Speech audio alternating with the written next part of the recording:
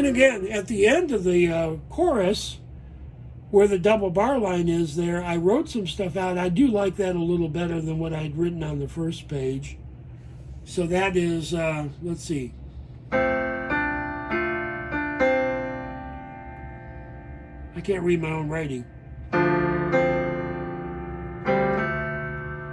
Okay, so that's a nice little timing pattern there too, or I can do the one I was doing before. We just want to do something at the end of the chorus. Okay, and let's do that bottom line on the chorus. We're going to sit there on that B flat and then hold it. You can see the little bird's eye there, the little fermata. That just means hold it for a while. Okay, and then we're going to go to the A minor chord. I can't play my own music, that's okay.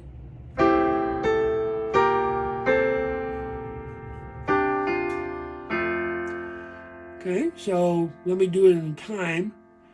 Let me start on the second line.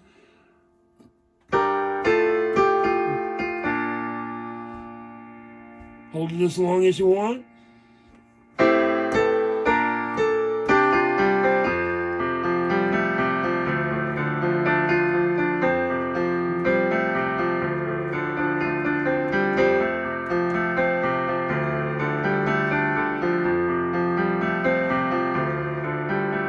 And you can hear that timing pattern that I did in the intro. There's no reason not to use the same one if you like it.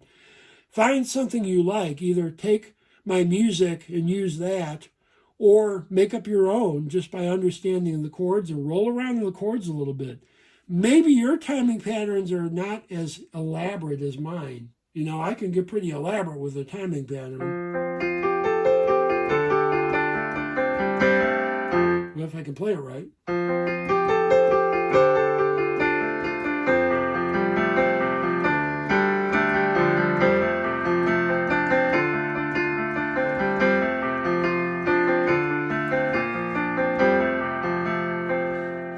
So we can do lots of elaborate timing patterns, but the secret when you're learning is to start out with something simple. And again, starting out with just that basic, walking up through the 2.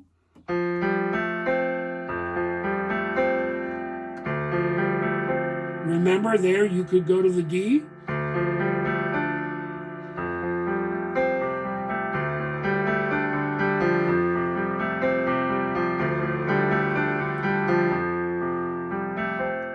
Okay, so now the last thing I want to talk about is the number of strikes in a measure. And what am I talking about?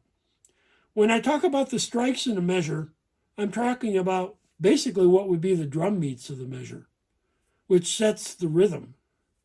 Now, where's the drum? I don't see one here. Oh, wait a second. There it is right there. The piano is a drum. Every time I hit a key, I'm striking a drum. You know, so this is a drum.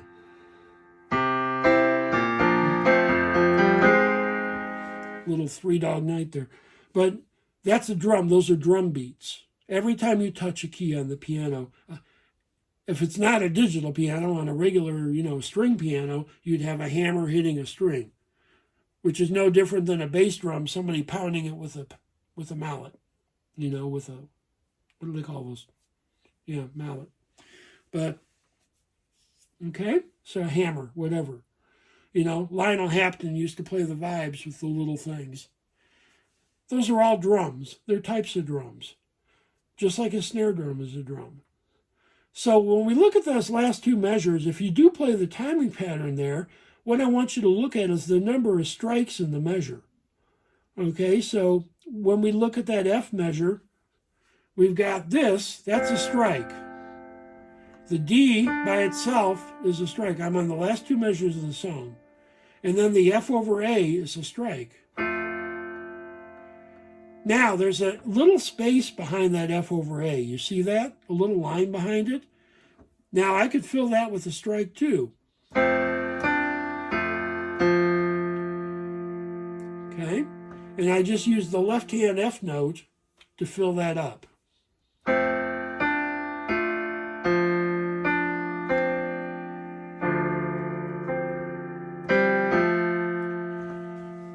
So by counting the number of strikes, you can kind of tell yourself something about the rhythm you're playing.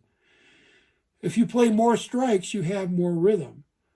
And what you can also do is that you can see that I've got the F chord over the C and the A in that last two measures. Okay? Okay, and again, we can go up and we can play our F in the space.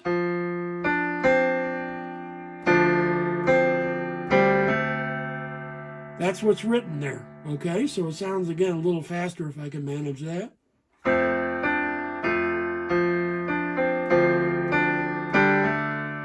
That's just a timing pattern. We can roll that around over and over. Okay, we could also offset that first note. And it's not written that way, but there's no reason you couldn't do it that way. That would add another strike to the measure. So we could put the F chord note by itself.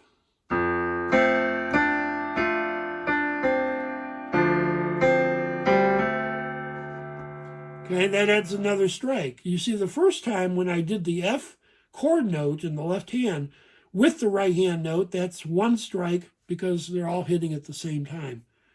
So then you would have 2, which is the D by itself, 3, which is the F over A.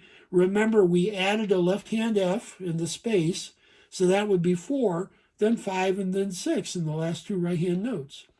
But if we add that front beat to that measure, that makes 7. 1, 2, 3, 4, 5, 6, 7. So that's another way to add more rhythm. More strikes equals more rhythm. Fewer strikes equals less rhythm. There's an appropriate amount of rhythm for every measure of every song in existence. If you read note-by-note music, somebody else has already figured that out for you. Okay, so timing patterns.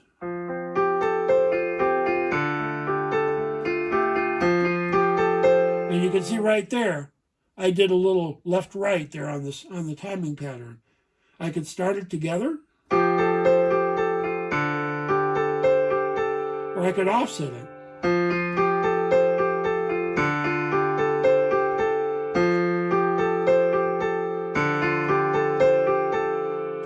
And those offsets create a lot of interesting rhythms.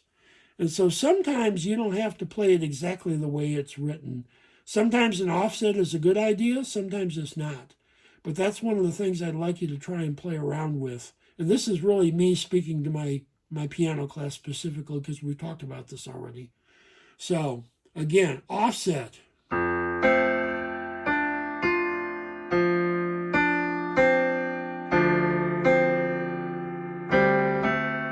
And again, at the end of the song, we could put a D there. And that would add another strike to the end of the song. So, timing patterns. Use the intro as a timing pattern. Make up your own intro if you'd like. Follow some of the tips I gave you in this video. You can also play it the way it's written. I'm not in love with it, but if you want to play it, you're welcome to. One of my students did it today. She made it sound pretty good, and she's just learning the song. She just got it. So I thought she did a great job considering the circumstance. So Copperline.